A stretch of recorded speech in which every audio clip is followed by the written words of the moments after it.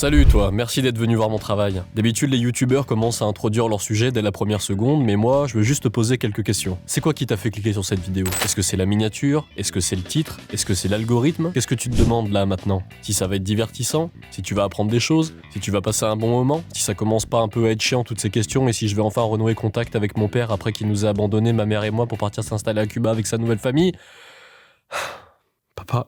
Bon, tout ça pour dire que des questions, on s'en pose tous. Par exemple, moi, mon principal problème, ça a été d'écrire cette vidéo. J'avais un concept, un sujet, une envie incroyable de raconter, de vous parler, de transmettre. Mais comment je suis censé faire quand en face de moi, j'ai une feuille aussi blanche que Gardin? Surtout que le problème, c'est pas que j'ai rien à raconter, au contraire, c'est que j'ai trop de trucs à dire. Skyrim, puisque vous l'aurez compris, c'est de ça qu'il s'agit, c'est un iceberg, une montagne que beaucoup se sont risqués à escalader, des plus costauds que moi en plus, et tout le monde ne revient pas avec le même souvenir de son ascension. Le sujet est vaste, trop vaste. Je me suis même demandé si c'était pas un peu trop lourd pour moi, petit youtubeur à insérer le nombre d'abonnés, qui peine à se faire une place sur YouTube. Est-ce qu'après tout, je ferais pas mieux d'y revenir plus tard? Parce que là, je sens bien que j'ai du mal, que c'est trop gros pour moi cette licence. Elle est énorme et je sais même plus par quel bout la tenir. Ouais, je l'ai fait exprès. Je vais te dire, la raison pour laquelle je bloque, c'est que j'ai l'impression d'être un énième clampin qui fait sa vidéo sur Skyrim. Et c'est le cas. Ma vidéo, si ça se trouve, elle va bider. Et si elle bide pas, ce qui est certain, c'est qu'elle va pas changer la face du monde. Après tout, je suis qui pour vous parler de ça? Et ouais, parce que si vient un moment, on commence à se dire qu'on n'est pas légitime pour parler d'un sujet. Essayez un peu pour voir, prenez la parole en public pour dire une banalité, une lapalissade, que le ciel est bleu, qu'il fait beau par exemple. Et vous verrez qu'il y aura toujours un doctorat en antagonisme option cassage de burn pour vous contredire et vous informer qu'au loin là-bas, il y a un petit nuage et que du coup, il fait pas totalement beau. Et va chier! Voilà! Fils de pute, vous l'aurez compris, aujourd'hui, j'ai décidé de vous parler de Skyrim, de mon expérience avec ce jeu. Au cours de cette vidéo, vous allez peut-être rire, vous allez peut-être simplement sourire, peut-être que viendra le moment où des souvenirs nostalgiques vous apparaîtront, peut-être même que l'effet tire-larme marchera pas, et vous allez vous ennuyer et vous barrer en cours de route, si c'est pas tout de suite, et ça pourra pas vous laisser indifférent, ça j'en suis sûr, parce que ce que j'écris, je le fais quand même un peu avec le cœur. D'ailleurs, il me semble avoir entendu Alexandre Astier dire un jour que lorsqu'on écrit tout seul, ça donne forcément quelque chose bourré de défauts, mais c'est aussi ce qu'il y a de plus personnel. Bon, en fait, rétrospectivement, il avait pas dit ça. Je crois que ça me reste. Ça me conforte dans l'idée que écrire, c'est personnel. C'est comme aller aux chiottes. J'ai pas envie qu'il y ait des gens, quoi. Alors toi qui regardes cette vidéo, confortablement installé dans ton canapé ou bien affairé à cuisiner, sirotant un bon café ou occupé à nettoyer la poussière accumulée, peu importe, après tout c'est pas mes affaires, continue et surtout n'arrête pas ce que tu es en train de faire. Fie-toi seulement à ma voix et laisse-la t'embarquer avec moi, c'est elle qui te fera la lecture parce qu'aujourd'hui, tu vois, on part pour une aventure.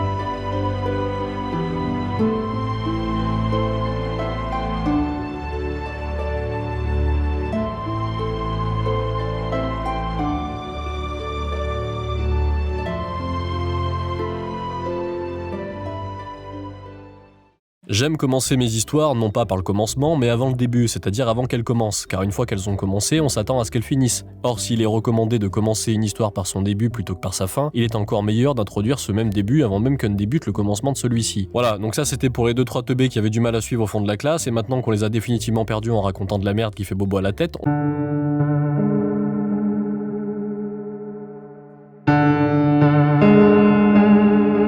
on va enfin pouvoir s'attaquer aux choses sérieuses. Bon, je tiens à vous rassurer, je suis pas tout à fait un escroc, on va quand même commencer avant le début. Et oui, parce qu'avant de vous parler de Skyrim, il faut que je vous parle de son grand frère, Oblivion. Et ouais... Non mais c'est bon là, la musique faut qu'elle s'arrête là. Oh, arrêtez vos conneries, on va se faire striker!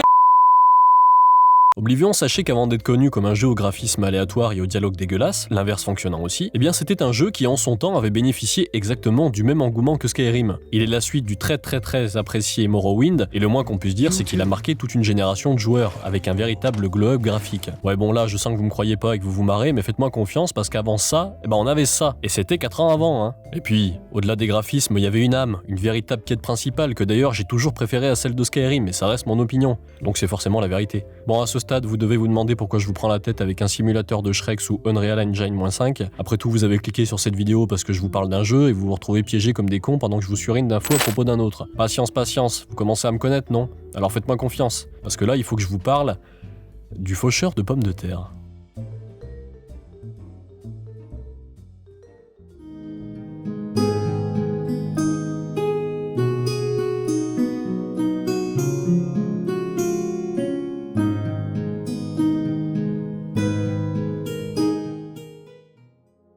J'avais quoi, 8 ans à l'époque, 9 ans? J'étais chez mon cousin. Vous savez, ce genre de cousin légèrement plus âgé que vous, qui a donc tout toujours plus tôt que vous. J'aimais bien passer du temps avec lui parce qu'il était pas mal geek sur les bords et que moi aussi, à une époque où, souvenez-vous, être geek c'était loin d'être cool. Et ça voulait pas juste dire jouer à Clash of Clans sur son vieux bigot éclaté, ni aimer les films Harry Potter, que soit dit en passant, 90% de la planète adore. Non, être geek c'était un aller simple pour l'ostracisme social, direction le pays des tocards. Le geek de cette époque, il avait une longueur d'avance sur tout, parce qu'il avait grandi avec Internet. Et vous savez où était sa place? Nulle part. Ou plutôt si, dans une petite pièce, à peine plus grande qu'un placard, là où était le vieux PC familial. Et donc c'est dans l'une de ces pièces qu'un beau jour d'été, un petit geek maigrichon a trouvé son cousin en train de jouer à un jeu qu'il n'avait encore jamais vu. Je m'en rappelle tellement clairement de ce moment, alors que je suis pas foutu de me souvenir de l'anniversaire de mes potes, coucou Clément, et que je suis obligé de me répéter 20 fois dans ma tête que diesel égale gasoil pour pas avoir à appeler une dépanneuse à chaque fois que je vais faire le plein. Alors que ça, je me rappelle clairement. J'ai tiré une chaise et je me suis silencieusement installé à côté de lui. Je revois ses doigts tapoter sur le clavier nerveusement et ses yeux aller de droite à gauche comme s'il cherchait quelque chose. Sur l'écran, une claque visuelle. J'avais tout simplement jamais rien vu d'aussi beau. Les forêts enchantées de ce monde m'ont charmé presque instantanément. C'est dingue, hein, ce qu'un amas de polygones peut faire sur vous, mais écoutez, je sais pas, j'ai eu l'impression qu'à travers ce jeu, je pouvais faire ce que je voulais. Je suis d'ailleurs resté là, scotché à l'écran, sans remarquer que mon cousin était passé 5 ou 6 fois devant le même rocher. J'ai alors fini par lui demander ce qu'on cherchait, en insistant bien sur le « on », tu sais, hein, comme si on vivait des aventures ensemble depuis le début. Il a soufflé du pif, un peu comme si ma question avait achevé de l'élubriser, et il m'a répondu le plus naturellement du monde « Je cherche le voleur de pommes de terre ». Ça se voit, non? Bon, là, généralement, quand on te répond un truc pareil, tu la fermes parce que tu sais pas quoi dire. Sauf que là, c'était trop tard. Parce que j'étais trop impliqué dans son aventure pourrie à laquelle je comprenais pourtant rien. Et comment ça, un voleur de pommes de terre? Et c'est quoi cette forêt? Et c'est quoi ce monde? Et c'est quoi ce jeu? Et c'est quoi la personne qui regarde cette vidéo et qui est pas abonnée à ma chaîne? Que des questions sans réponse qui ont fini par pousser mon cousin à recharger sa partie pour me montrer qui lui avait donné cette quête. Tout commence alors dans une vieille cambuse, une auberge du nom de Farguil, lorsque... Ah! Oh putain! Allez me chercher l'insecticide, c'est dégueulasse! Wow! C'est quoi ces têtes de ouf? Oh la vache, y a pas à faire des gueules comme ça. Dites-vous qu'en plus c'était la première fois que je voyais un Khajiit. Ouais, tu sais, un homme-chat de l'univers des The Elder Scrolls. Et putain, ça m'a traumatisé. Qu'est-ce qu'il y a, mon chéri? Ouais, j'ai rêvé qu'il y avait... Je jouais à Morrowind et puis il y avait cet elfe, il était tellement moche. J'ai vraiment fait des cauchemars de ça, hein, sans déconner. Et même maintenant, j'ai limite plus peur de ça que du petit encadré sur les courriers officiels, tu sais, avec la tête de Marianne dessus. Ah putain, c'est bon, je vais payer. Je vous en prie, vous devez m'aider à les retrouver. Si je ne les ai pas pour préparer la prochaine fournée de pain patate, je ne sais pas ce que je ferai. J'ai vraiment été trop bête de les laisser dehors comme ça, toutes seules. Je voulais seulement leur faire prendre le soleil. Et voilà qu'elles ont disparu. J'ai vu quelqu'un s'enfuir en courant vers l'ouest, mais j'ai trop peur pour m'aventurer toute seule dans les bois. S'il vous plaît, pouvez-vous m'aider? Je vous paierai bien, je le jure. Alors, on est bon? Vous avez pigé le truc? Bon, je vous l'accorde, hein, c'est la pire quête pour commencer son initiation au jeu de rôle. Mais écoutez, c'est comme ça, hein. Moi en tout cas, j'étais à fond dedans. Hein. Après avoir pris connaissance de la quête, on a de nouveau cherché ce fameux voleur, grâce aux indications de la Khajiit. Non, on remettra pas sa photo, cherchez pas, s'il vous plaît. Alors on a cherché et encore cherché, et pendant que mon cousin s'époumonait à parcourir les terres de Cyrodiil, moi, j'embrassais du regard chaque rocher, chaque arbre, chaque ruisseau, chaque clairière. Et je souhaitais que ce moment dure pour toujours, parce que dans cette pièce, ce jour-là, pour la première fois, j'ai eu l'impression d'être ailleurs, d'être un autre. Et bon sang, qu'est-ce que j'ai aimé ça. Pas parce que j'aimais pas qui j'étais, hein, mais parce que c'était bon pour un gamin de 9 ans, je sais pas si vous vous rendez compte, de partir à l'aventure dans les bois à la recherche d'un voleur de pommes de terre. Et tu sais, je crois que ça l'est aussi pour un gamin de 25 ans. Des fois, je me dis qu'il y a toujours une part de moi qui suis en train de chercher le fameux faucheur de pommes de terre dans cette forêt à la con, en train de s'émerveiller de tout et d'un rien. Bon quoi, vous voulez savoir comment ça s'est terminé? Bon ok, au final c'était un ogre qui les avait tirés, hein, les pommes de terre, donc d'une certaine façon on peut dire que c'est littéralement Shrek qui avait volé les pommes de terre à l'autre chat coiffé comme un tomahawk indien. Et qu'est-ce qu'on a fait?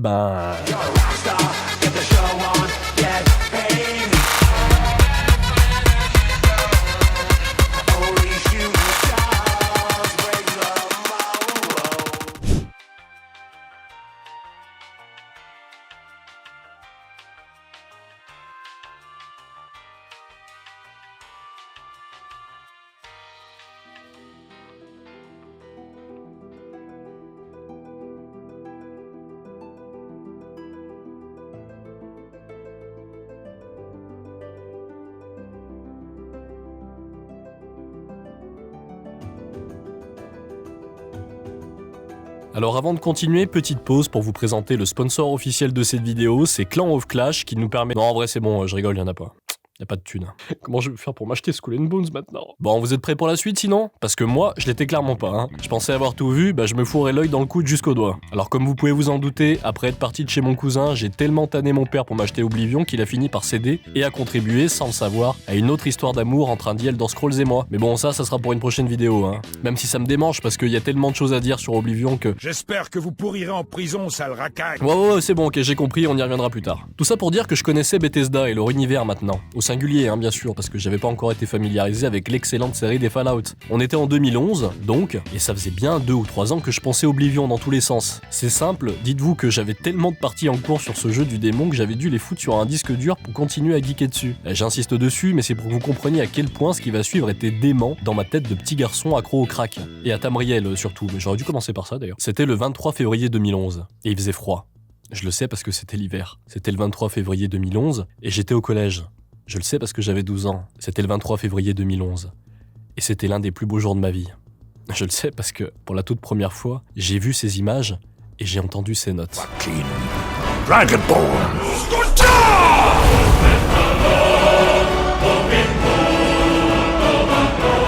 C'était le 23 février 2011. Je sais pas exactement ce que je foutais ce jour-là, ni où j'étais, mais d'une certaine façon, comme Bilbo Saquet, l'aventure est venue me cueillir tout droit dans mon cul, de sac à moi. C'est là que je me rends compte qu'il faut pas faire des pauses n'importe où quand on parle. Je suis devenu fou. Complètement incontrôlable. Je crois avoir jamais ressenti pareil hype.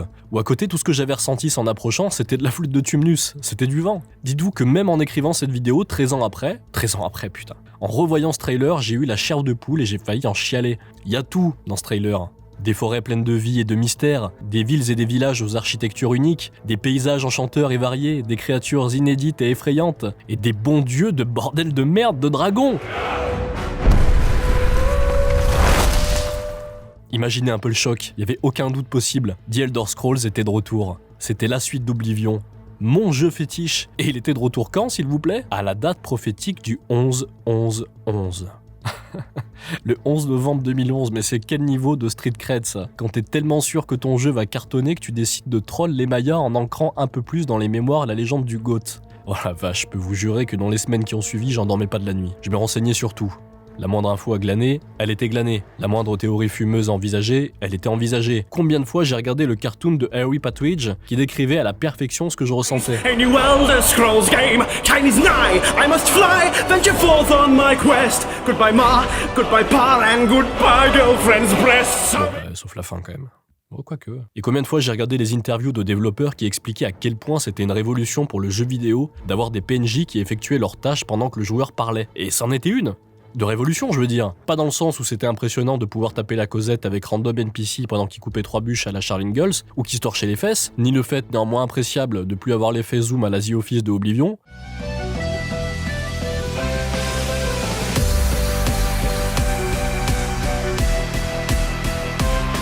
Ah putain. Non, là on nous présentait un level au-dessus. C'était à la fois une claque technique et graphique. Je me souviens qu'à l'époque on paniquait tous à l'idée que notre PC fasse jamais tourner une dinguerie pareille. C'était la tournée des forums pour savoir si notre vieille bécane était capable de supporter le mastodonte Skyrim. Non mais regardez-moi ça, 4 Go de RAM en recommandé et ça commençait à transpirer sur le forum. Aujourd'hui trouvez-moi un AAA qui demande moins de 16 Go de RAM pour tourner en ultra et on va s'amuser. Dans mon cas j'avais dû me rendre à l'évidence. Mon PC tenait plus du boulier que du super ordinateur et j'avais été contraint de le mettre à la retraite. Alors le 11-11-11 arriva. Pas de catastrophe Maya, pas de fin du monde, et pas de Skyrim pour moi donc. Enfin, pas tout à fait.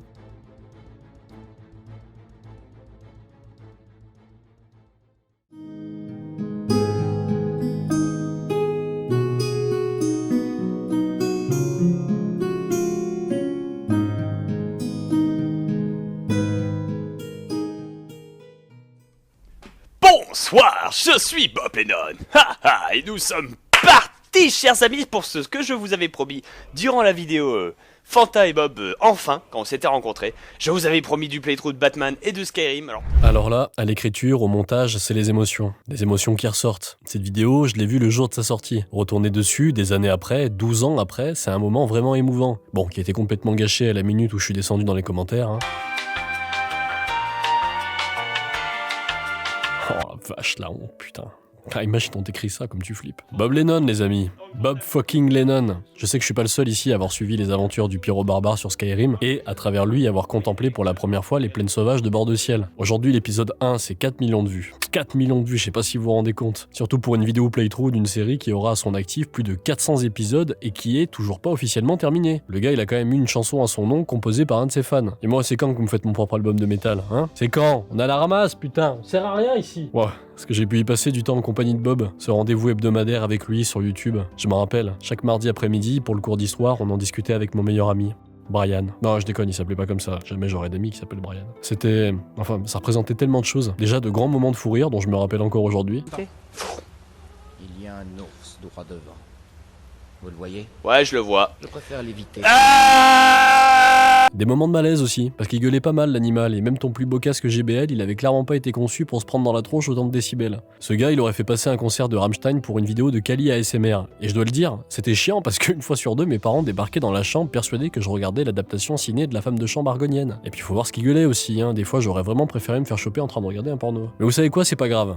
Parce que je l'aimais ce gars. Oui bon, certes, on s'en souvient, je lui avais dit, mais j'aimais vraiment ce qu'il faisait. Il était le prisme à travers lequel je regardais Skyrim, avant d'avoir pu y jouer moi-même. Le guide touristique de bord de ciel, celui qui nous divertit pendant les visites, nous abreuve d'anecdotes sur le lore. Le playthrough de Bob était à ce moment-là à la fois une croisière pour les gens qui souhaitaient découvrir ou redécouvrir Skyrim, mais également un havre de paix où l'on pouvait se reposer le soir, après une dure journée. Regarder Guignol et son spectacle de marionnettes. Et quand je dis Guignol, c'est pas péjoratif, au contraire. C'est ce que Bob a toujours dit. Ils reviennent pour l'histoire, ils reviennent pour ce que je vais en faire, ils reviennent pour me voir jouer avec des poupées et dire de la merde. Alors c'est sûr que ça dépend des Playmobil avec lesquels je joue, si c'est telle série, une autre série ou quoi que ce soit. Mais ils savent que quand c'est moi qui tiens les marionnettes, tu vas te marrer ce soir avec le gendarme et Guignol. Selon lui, jouer, c'était s'imaginer que son personnage était le pyro barbare. Un épigone de Conan au faciès de Roblox. Il avait ses délires, mais il avait raison. Il faisait ce que nous faisions tous, sans le montrer à personne. Le voir jouer à un jeu, c'est avant tout le voir jouer avec ses poupées. Et franchement, je doute qu'il tombe à jour sur cette vidéo, mais le cas échéant, j'aimerais le remercier d'avoir été là, pendant mon adolescence. Bob, si je t'avais en face de moi, je te mettrais un gros coup de tête. Enfin, je te dirais seulement merci. Merci pour tout, même si je sais que tu saurais pas quoi répondre. Qu'est-ce que tu dis face à quelqu'un qui a perdu son daron et qui dit merci parce que tu m'avais fait passer une période difficile de ma vie en me faisant rire, alors que la personne, tu la vois pas, c'est elle qui t'a vu. Je suis content de savoir que j'ai eu cet impact. C'est juste qu'à chaque fois qu'on me dit ça, ou que des gens me font des câlins pour me dire merci et des trucs comme ça, je suis démuni parce que j'ai jamais su comment réellement le gérer. Maintenant, vous savez, que ce soit Bob, que ce soit mon cousin, que ce soit Tartampion le streamer, c'est la même chose finalement. Vient un moment où t'en as marre de regarder les autres s'amuser avec leurs jouets. Vient un moment où toi aussi tu veux jouer. Et ça finit par arriver. Je crois que vous êtes pas prêts pour la suite.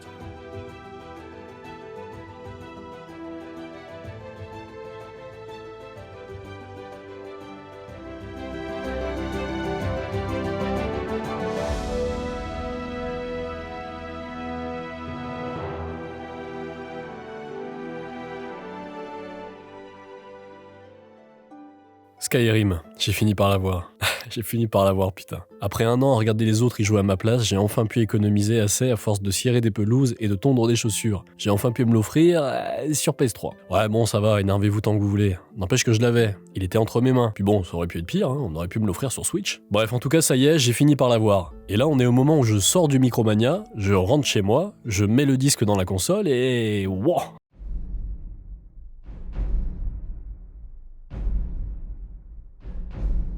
Je sais pas comment expliquer. Ça m'a jamais, écoutez bien, ça m'a jamais refait ça au grand jamais. C'était comme recevoir un coup de poing dans le bide. J'avais à la fois le souffle coupé et une impression de toute puissance. Comme si rien n'avait compté jusqu'ici et que j'avais la garantie que les minutes qui allaient s'écouler seraient les plus belles de ma vie de gamer. Puis là, mon père est arrivé, il m'a dit qu'on devait aller chez ma grand-mère et il a éteint la console. Papa, je veux que tu saches si tu regardes cette vidéo que t'as failli passer à côté quelque chose de très grave ce jour-là. T'as créé un antagoniste. Toi et mamie. Bon, c'est pas grave, hein. J'ai juste subi le repas de famille le plus long de ma vie et ça m'a rendu à moitié fou toute cette attente. Mais le soir, en rentrant, t'inquiète que j'avais pas complètement tourné la carte. Cette partie, j'ai fini par la lancer. Et là, tenez-vous bien parce que...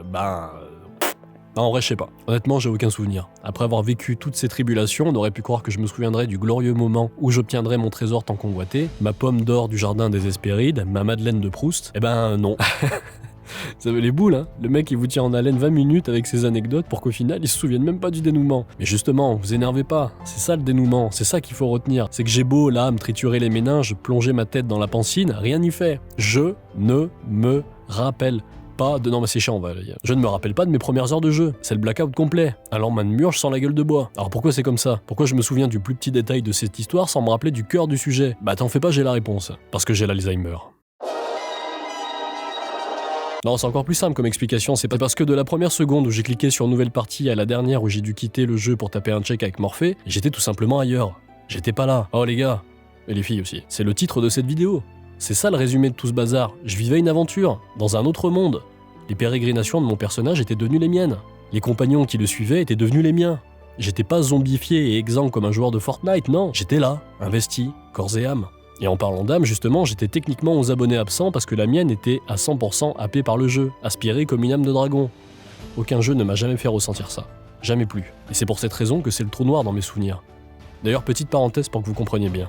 Quand vous étiez gamin, vous vous souvenez vous être amusé avec vos copains, non? Avoir joué à l'épée avec des bâtons ou à la guerre avec des boules de neige, ou des vrais flingues si vous habitez Marseille. Vous vous en souvenez bien de ça. Mais est-ce que vous vous souvenez très exactement de vos partenaires de jeu? Des scénarios invraisemblables que vous jouiez? Est-ce que vous vous souvenez de tout très précisément? A priori non, vous étiez juste en train de vous amuser. Et pendant un bref instant, vous étiez soustrait aux lois du temps.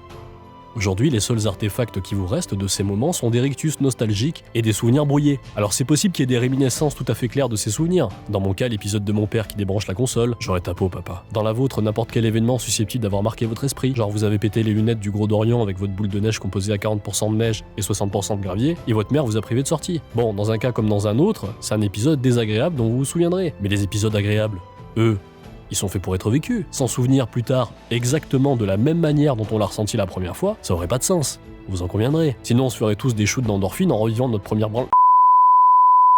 Ouais, vous êtes dégueulasse, je voulais dire brandade de morue. Bon allez, je lâche l'affaire, on s'éloigne du sujet. Toujours est-il que des occasions, j'en ai eu pour me créer des souvenirs avec ce jeu. Oh que oui, que ce soit sur console ou après sur PC, j'ai pas lâché Skyrim d'une semelle, même après avoir terminé la quête principale. J'en redemandais encore. Parce que Skyrim, c'est un jeu qu'on termine jamais vraiment. Il y a plusieurs couches. Alors tu vas me dire que... Oignon, avoir, couche, tous les... Jeux vidéo. des couches et toi t'en tiens une. Mais Skyrim c'est au-delà de ça, parce qu'on ne joue jamais réellement au même jeu. Il y a un arbre de choix vraiment étoffé, et contrairement à des jeux plus récents, il est réel cet arbre de choix. C'est pas juste proposition A et proposition B qui te conduiront, quoi qu'il en coûte, à la solution 1. Non.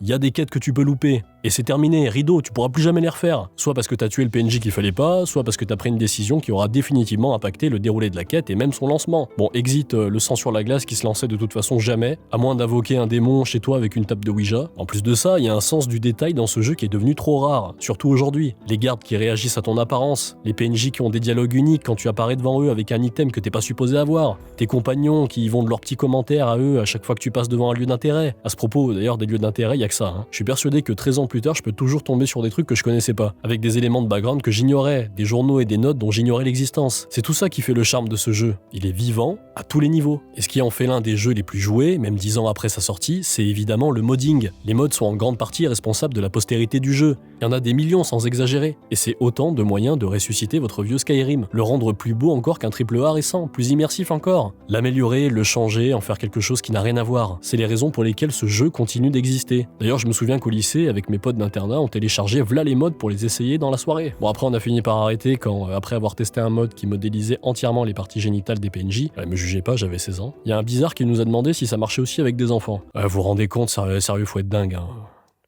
En plus non, ça marchait pas, j'ai essayé. À cela s'ajoutait le plaisir de modder. La modéité aiguë, je crois qu'on l'a tous attrapé. Le fait de réinstaller le bon vieux Skyrim, le sortir de son cercueil pour lui enfoncer dans le fondement une bonne centaine de mods et le voir exploser en plein vol après le lancement, me fait pas croire que ça arrivait qu'à moi. Puis bon, même dans le cas miraculeux où ça fonctionnait, ce florilège de mods, tu jouais 20 minutes et puis tu te désinstallais de nouveau, jusqu'à la prochaine fois. Je dois dire que dans mon cas, ça a jamais vraiment changé, hein. C'est ce que je fais encore depuis ce temps jusqu'à aujourd'hui. Mon petit pèlerinage sur Skyrim, je le fais au moins une fois par an. Eh ouais. Bah tu crois que la vidéo est terminée, hein? Bah non, je t'ai réservé le meilleur pour la fin. Elle est là l'aventure. Alors si t'as tenu jusqu'ici, fais-moi confiance, t'es pas arrivé jusque là pour rien. Je sais pas si je vais te faire chialer, rire ou te foutre l'angoisse avec ma nostalgie, mais comme je te l'ai promis au tout début, je vais pas te laisser indifférent. Ça va monter crescendo. Alors installe-toi confortablement et... bah profite du spectacle.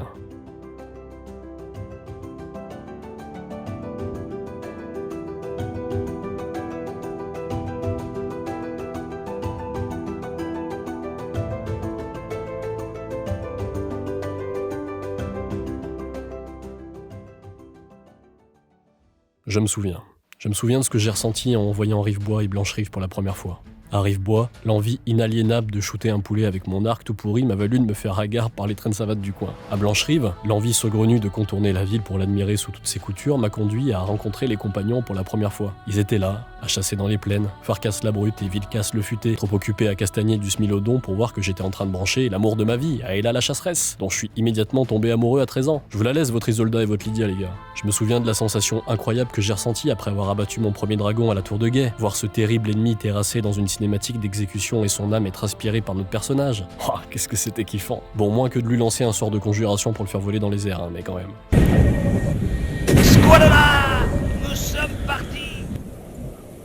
Je me souviens de Nazim et de sa saloperie de quartier dénué, qui existait même pas en plus. Je crois que ce type est à l'origine de 30% de mes sauvegardes rapides, à lui seul. Et je me souviens de la première fois où j'ai escaladé le haut Rodgar, sous le ciel étoilé de bord de ciel. C'était un moment des plus contemplatifs, où la beauté et l'étendue du jeu nous apparaissaient vraiment pour la première fois. Bon, le doux et chouette moment, il s'est vite arrêté, parce que par contre, je me souviens très bien du coup du troll des glaces et de sa barre de PV infinie. Il m'a plus monté en l'air qu'un géant, à croire que c'est lui qu'on aurait dû envoyer contre Alduin. D'ailleurs, pour l'astuce, si vous galérez, suffit de l'amener faire un tour chez les grises barbes, et t'inquiète pas que les tontons, ils s'habillent peut-être en robe de chambre, mais c'est loin d'être des locs, hein. T'arrives chez eux sans y avoir été invité, ils t'atomisent comme dans Oppenheimer. Je me souviens de la quête du sang sur la glace, la meilleure quête du jeu et la plus buggée aussi. J'ai jamais pu la faire, elle se lançait tout simplement jamais. Bordel, la frustration. Dans Skyrim, j'ai été un héros, et je me suis souvent battu, il faut le dire. Je me souviens m'être défendu contre des bandits de grand chemin, sur les routes accidentées, entre deux sapins. Je me souviens, après quelques bières au gingembre du Palais des Rois, m'être livré à du pugilat avec les ivrognes caractériels des tavernes de bord de ciel. Je me souviens avoir lutté, malgré la peur, contre des drogueurs dans les tertres macabres à la lumière blafarde. Je me souviens avoir été vainqueur face aux parjures tenaces dans les hauteurs de la crevasse. Je me souviens m'être heurté à des bestioles franchement pot de colle, souvent de type arachnéenne. Je me souviens avoir tenté de tenir tête à des géants, paisibles gardiens au tempérament véhément, faisant paître dans la toundra leurs bêtes cyclopéennes. Je me souviens avoir survécu aux Windwhammer et leurs machines à vapeur, vestiges des temps anciens. Je me souviens naturellement avoir résisté dans les profondeurs aux Falmer et leurs assauts florilèges, qu'autrefois nous nommions Elfes des Neiges. Mais je n'ai pas fait que me battre, hein, j'ai voyagé aussi. Je me souviens m'être perdu dans les rues de solitude, la nuit, un jour don de pluie, mes pas pleins d'incertitude résonnant dans les coupes-gorges comme un marteau dans une forge. Je me souviens avoir erré, à en perdre la raison, près de forts d'hiver, ces steppes glaciales et mortifères à l'aube de plantaison. J'eus quelques hauts le cœur en affrontant ces mignons petits orqueurs. Je me souviens avoir festoyé dans la grande masure de Fort Dragon, pendant Vif Azur. Je trouvais le bonheur au fond d'un flacon. Je me souviens être passé devant le très cérémoniel Pont Dragon, une nuit de sombre ciel. J'ai attrapé quelques saumons et quelques carpes de la rivière Carte. Naturellement, j'ai voyagé aussi. Alors il y a des gens qui m'ont marqué. Je me souviens d'un boutiquier aux airs faussement pincés qui avait grand besoin de renfort pour retrouver sa précieuse griffe d'or. Je me souviens m'être pris la tête avec un exégète du nom de Make. Il bottait systématiquement en touche et il fallait rien croire de ce qui sortait de sa bouche. Je me souviens avoir été tenté de faire Isette avec une petite fille du nom de Babette. J'aurais pu tomber sur pire, mais en fait c'était un vampire. Je me souviens avoir philosophé avec un dragon tout bougon pendant des heures qui parurent des secondes à la gorge du monde. Je me souviens avoir goûté avec un dieu fou allié dans un manoir presque hanté. Je me souviens... Enfin, j'aurais peut-être dû commencer par ça, ouais. Parce qu'il s'agit de mon souvenir le plus ancien et du vôtre aussi. On s'est réveillé dans un chariot qui tenait moins du douillet Pajot que du putré de cachot. Avec ce type, malin comme un Sénèque, puisqu'en nous voyant devant lui, il nous a dit... Hey, you, you're finally awake.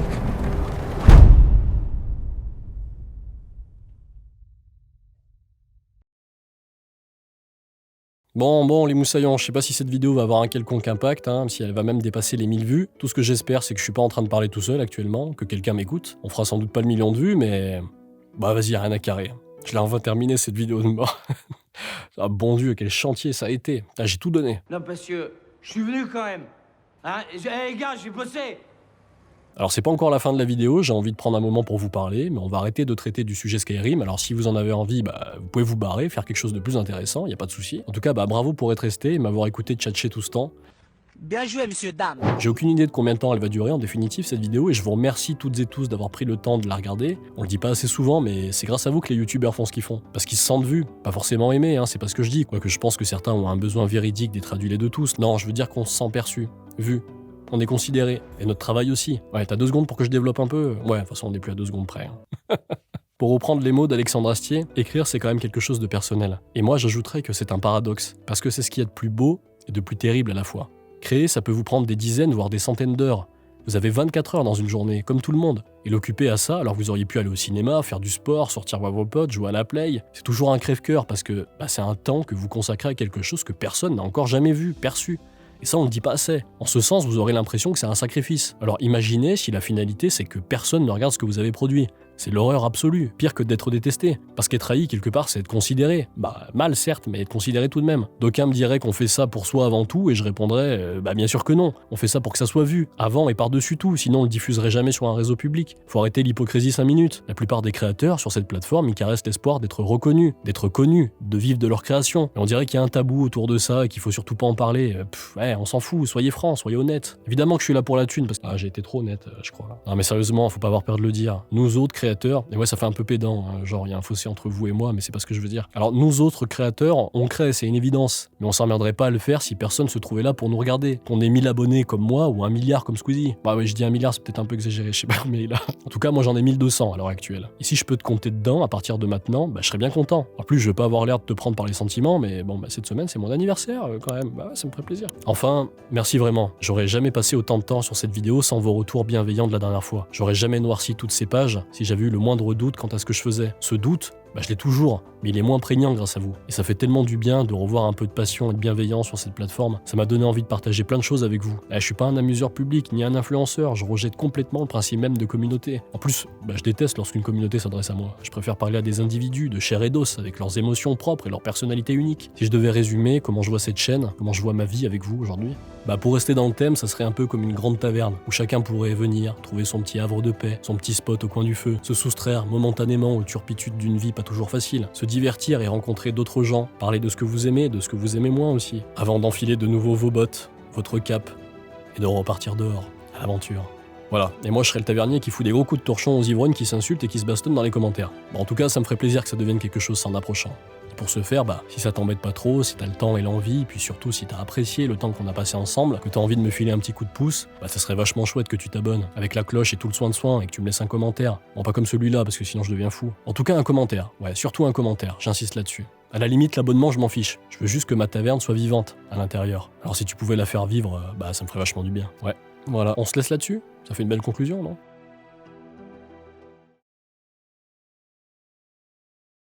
Ah ouais, alors un dernier truc avant de vous laisser. Ça se terminera jamais en fait. Je voudrais faire mon mea culpa à propos de deux choses. La première, c'est que pendant l'écriture de cette vidéo, j'ai vu que quelqu'un avait réalisé une vidéo similaire à la mienne. Alors vous allez me dire, ouais mais comment t'as pu ne pas la voir et y tomber dessus pile maintenant?